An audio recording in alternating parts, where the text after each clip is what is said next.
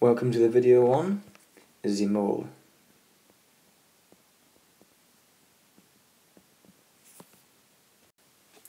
So the aims for this video are to define a few things, namely the relative atomic mass, the relative molecular mass, and the mole, and most importantly to be able to perform mole calculations.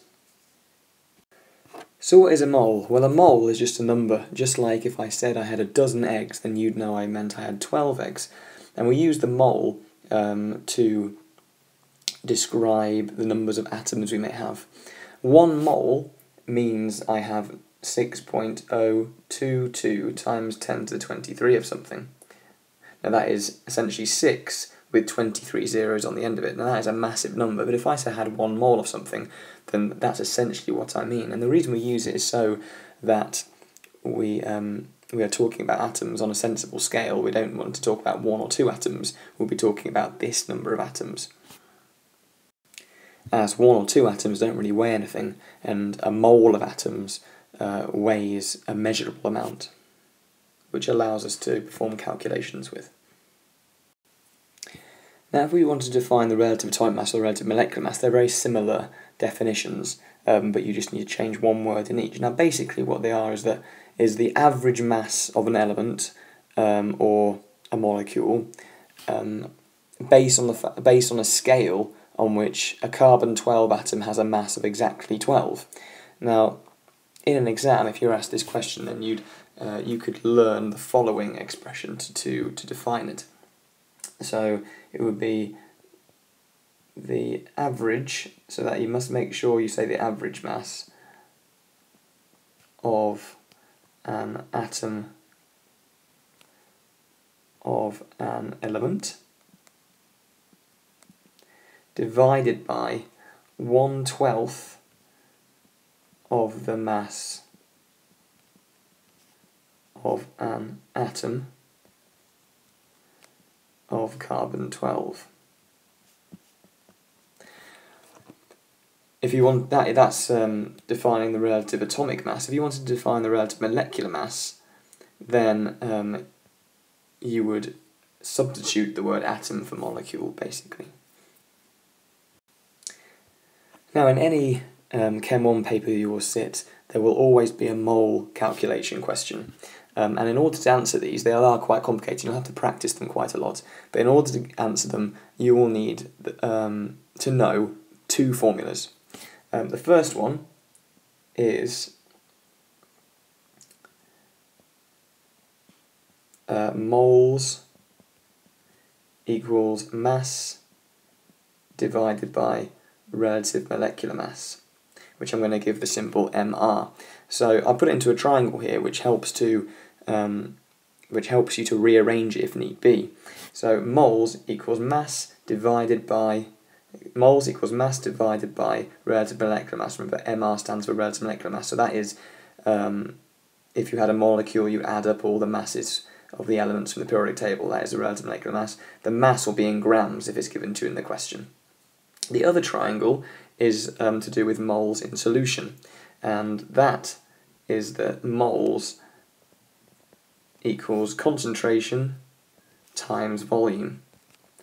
Now you need to make sure that both the concentration and volume are in the same units, and usually you'll get a concentration in moles per dm cubed and a volume in centimetres cubed. So usually, if those are the 2 units given to you, you'd need to divide your answer. Once you've multiplied concentration and volume, you'd need to divide your answer by 1,000 in order to convert the centimetres cubed the volume's into decimeters cubed. Now, whenever I'm using these triangles in a moles calculation, I always go through 3 steps whenever I'm doing a moles calculation. And those 3 steps can be remembered in the abbreviation MRT, or Mr. T, if you like. The M stands for moles, and that basically means work out number of moles whatever you can in the question.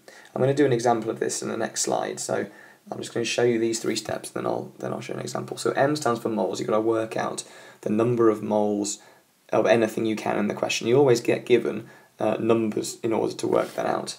The next letter, R, stands for ratio. So you'll be given an equation, a reaction, an equation of a reaction, and you can use then the molar ratio. Once you've worked out the number of moles of one thing, you can work out the number of moles of anything else in the equation. The last letter, T, stands for triangle, and basically once you've worked out the number of moles of something else in the equation, you can then use one of the two triangles to calculate the final thing that the question's asking you to work out. And that sounds a bit vague at the moment, but I will try and put this into context into examples in the next two slides. So here's the first example. I'm just going to write the steps up here, M, R, T, and I'll try and show you what I mean when I go through it. So, in the first bit of the question, 3C1, it says calculate the amount in moles of HCl needed to react completely with a 0.0152 mole sample of magnesium oxide. So it's already given you a number of moles of something, so actually essentially in this question we've already done M, that's already been given to us, the number of moles of something. So we're going straight to R, and it says here calculate the number of moles of HCl needed to react completely with this amount of magnesium oxide. So if we know the number of moles of magnesium oxide, that is 0.0152, then we can work out the number of moles of HCl that react with it, because we know from this equation that 1 mole of magnesium oxide is going to react with 2 moles of HCl, i.e. the ratio is 1 to 2. And so we know that 2 times the number of moles of HCl will react with the number of moles of MgO that are reacting in this question. So the answer to 3C1 is 0.0152 times by 2, which equals 0.0304. The next bit of the question says this 0.0152 mole sample of magnesium oxide required 32.4 centimeters cubed of hydrochloric acid for complete reaction. Use this information in your answer to part C1 to calculate the concentration in moles per m cubed of the hydrochloric acid. So this is where T comes in. We've got to choose one of our triangles to use to calculate the answer. And our answer is a concentration, so that means that the triangle we're going to use is the moles equals concentration times volume. So we know the number of moles of hydrochloric acid that react, and we've got to try and work out concentration. So C equals moles over vol, which equals 0.0304, because that's the number of moles of hydrochloric acid reacting. I know it says number of moles here, but that's the number of moles of magnesium oxide in the first place. It wants the concentration of the hydrochloric acid. So this is the number of moles of hydrochloric acid that reacted, and this is the volume in which the hydrochloric acid is in. So we're going to divide that by that volume, but that volume needs to be in decimeters cubed. As you can see, the concentration, that they want the answer in moles per dm cubed. So we've got to divide this by 1,000 first. So we're going to put that into brackets here. So it's 0.0304 divided by 32.4 that's been divided by 1,000. And that'll give you an answer, once you've done all that, of 0.938 moles per dm cubed.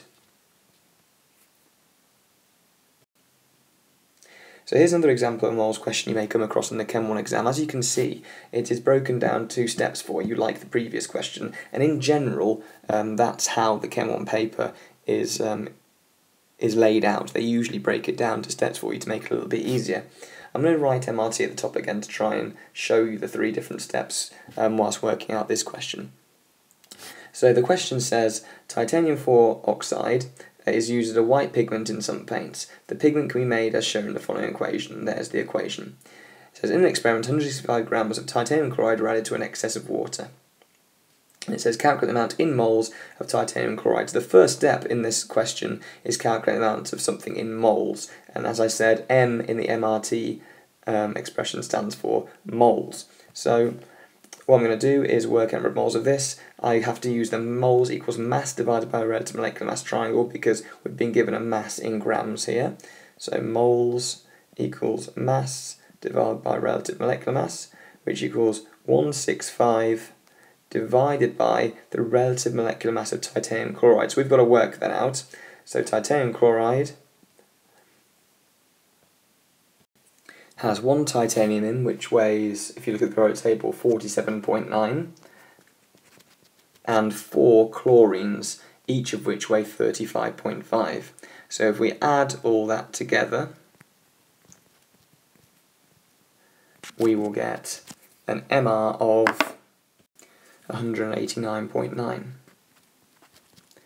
So we're going to divide 165 by 189.9 to get our number of moles, and that equals 0.869.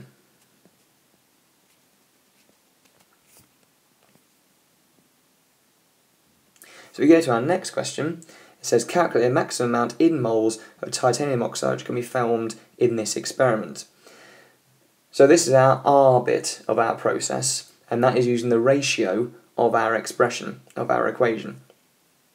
So if we know the number of moles of titanium chloride that are reacting, we can work out the number of moles of titanium oxide that will be made based on the ratio that is shown in this expression.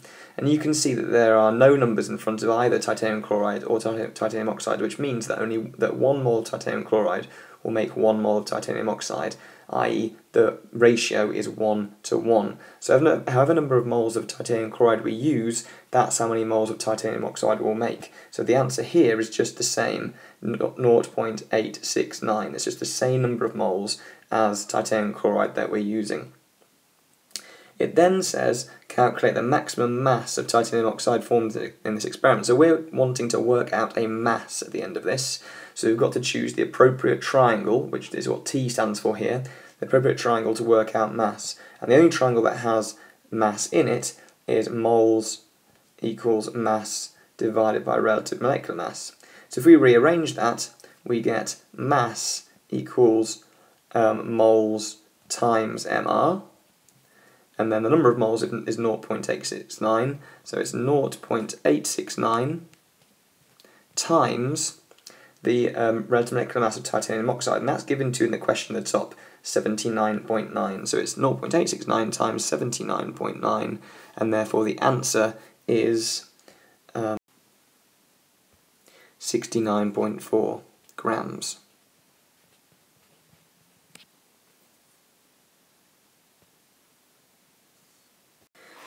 Now I've only gone through 2 examples of moles questions there. They are all different in terms of what you'll get in an exam, so you must practice lots and lots of these to get to grips with these sort of questions.